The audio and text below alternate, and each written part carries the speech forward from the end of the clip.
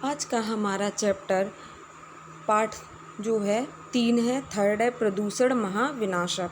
प्रदूषण के बारे में चैप्टर में लिखा है।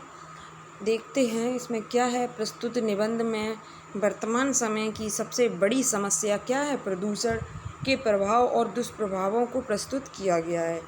जो प्रदूषण है उससे क्या प्रभाव पड़ते हैं और क्या दुष्प्रभाव होता है, उसके बारे में इस चैप्टर में आप बताया गया है। मानव की सर्वोत्तम खोजों में से एक है विज्ञान। क्या है विज्ञान? जिसने मानव के विकास में विशेष भागीदारी निभाई है।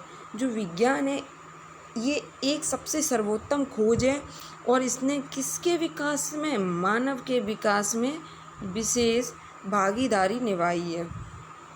ये देखिए यहाँ पे। अब इसके दुष्परिणाम क्या हुए वो देखिए। जो साइंस है, साइंस ने बहुत सारी चीज़ों का आविष्कार किया, ठीक है। बहुत सारे काम जो है हमारे सरल कर दिए। बहुत सारे काम ऐसे थे जो लोग महीनों लगे रहते थे, नहीं कर पाते थे, अब वही काम घंटों में हो जाते हैं, मिनटों में हो जाते हैं। तो ऐसे काफ़ी कार्य हैं जो विज्ञान ने हमारे लिए सरल कर दिए हैं। लेकिन इन्हीं कामों से, जब ये इन्हीं चीज़ों से क्या हुआ है, प्रकृति में प्रदूषण भी बहुत फैला है। कचरा सबसे बड़ी चीज़, कचरा चारों तरफ फैल रहा है, गंदगी फैल रही है, धुआं निकल रहा है। प्रदूषण, वायु प्रदूषण कैसे हो रहा है? धुएं से हो रहा है। जल प्रदूषण, गंदगी, मलबा, नालियों में गंदा पानी जा रहा है, उससे हो रहा है। एक और आगे देखते हैं। एक और विज्ञान मानव की सुख सुविधाओं में वरदान के रूप में है। एक और विज्ञान मानव की सुख सुविधाओं के वरदान में है, ठीक है। वहीं दूसरी ओर विज्ञान मानव के दुखों का कारण भी बन गया है। वरदान, विज्ञान क्या है? सुख सुविधाओं के वरदान के रूप में है, ठीक है। वहीं दूसरी ओर विज्ञान मानव के दुखों का कारण भी बन गया है।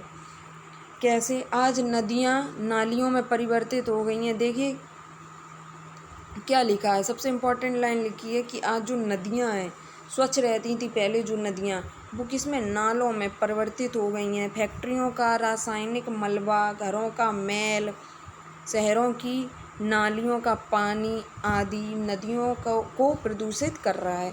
शहरों की नालियों का पानी आदि नदियों को प्रदूषित कर रहा है। तो ये सब क्या है, जब विज्ञान ने अपना कार्य करना शुरू किया तो उससे सकारात्मक चीज़ें तो दिखी, लेकिन नकारात्मक प्रभाव भी उतना ही बड़ा है जितना सकारात्मक बड़ा। अब इसमें ये देखिए, यहाँ पे एक चित्र दिया गया है जिसमें जगह जगह से पाइप लगे हुए हैं। ये देखिए यहाँ लगा हुआ है, ये सब गंदगी है, मलबा है, सब किसमें, ये नदियों में जा रहा है। ये एकदम नाले में नाला लग रहा है, ठीक है। यहाँ पे देखिए ये धुआं निकल रहा है चिमनियों में से। इस धुएं से लोगों को बीमारियाँ होती हैं, अस्थमा की बीमारी होती है, फेफड़ों की बीमारियाँ हो जाती हैं। अब इसमें देखते हैं, यद्यपि मानव भविष्य में आने वाले संकट के प्रति सचेत होने लगा है। अब क्या हुआ है, जो मानव है वो, उसे भविष्य की चिंता होने लगी, अपने फ्यूचर के लिए सब केयर करने लगी कि अरे ऐसे ही प्रदूषण फैलता रहा तो लोगों का क्या होगा, कहाँ से क्या हो जाएगा, कुछ पता नहीं। इसीलिए सब लोग संकट के प्रति सचेत होने लगे हैं। 5 जून की तिथि, जो 5 जून है, ये आप बहुत ही महत्वपूर्ण दिन है, बहुत ही महत्वपूर्ण तारीख है, इसे आप याद कर लो।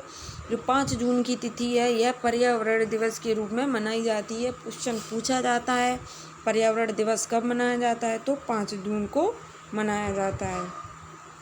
अब देखिए, यदि हम प्रदूषण की रोकथाम चाहते हैं तो हमें सबसे ज़्यादा वृक्ष लगाने चाहिए। क्या करना चाहिए? सबसे ज़्यादा वृक्ष लगाने चाहिए। वृक्ष प्रदूषण विनाशक होते हैं। प्रकृति के लिए हानिकारक चीज़ों के उपयोग बंद करने होंगे। देखिए, सबसे पहला नंबर है कि हमें वृक्ष लगाने चाहिए। दूसरा है कि जो ये हानिकारक चीज़ें हैं उन्हें हमें उपयोग में लाना बंद कर देना चाहिए। अब हानिकारक चीज़ें हैं क्या? पॉलीथीन है, प्लास्टिक का उपयोग है। ये क्या है, पॉलीथीन जो है, प्लास्टिक का उपयोग है, ये कभी भी ख़त्म नहीं किए जा सकते हैं। अब देखते हैं, ये देखिए यहाँ पे क्या है, पेड़ लगाने चाहिए, पेड़ों को पानी देना चाहिए। जब शुरुआत से ही ऐसा करने लगेंगे तो आगे चल के ये जो प्रदूषण की परेशानी है ये ख़त्म हो जाएगी। ठीक, अब देखते हैं, प्रकृति अपरिमित ज्ञान का भंडार है। अनमोल वचन में लिखा है, पत्ते पत्ते में शिक्षा पूर्ण पाठ है, परंतु उससे लाभ उठाने के लिए अनुभव आवश्यक है। जो प्रकृति है इसमें ज्ञान का भंडार, ज्ञान भरा हुआ है। पत्ते पत्ते अगर देखो तो हर जगह शिक्षा है। ठीक है, देखो तो हर जगह शिक्षा है, परंतु उससे अगर हमें ये शिक्षा चाहिए तो इसके लिए हमारे अंदर अनुभव होना ज़रूरी है। और अनुभव जब हम कुछ करेंगे, अच्छा करेंगे, तभी हमें अनुभव प्राप्त होगा। इस चैप्टर को आप सही से क्लियर कर लीजिएगा बुक से। यदि आपके पास बुक है, कहानी इसकी जो पूरी स्टोरी है वो पढ़ लीजिएगा। और इसका मोरल यही निकलता है कि हमें गंदगी नहीं फैलानी चाहिए।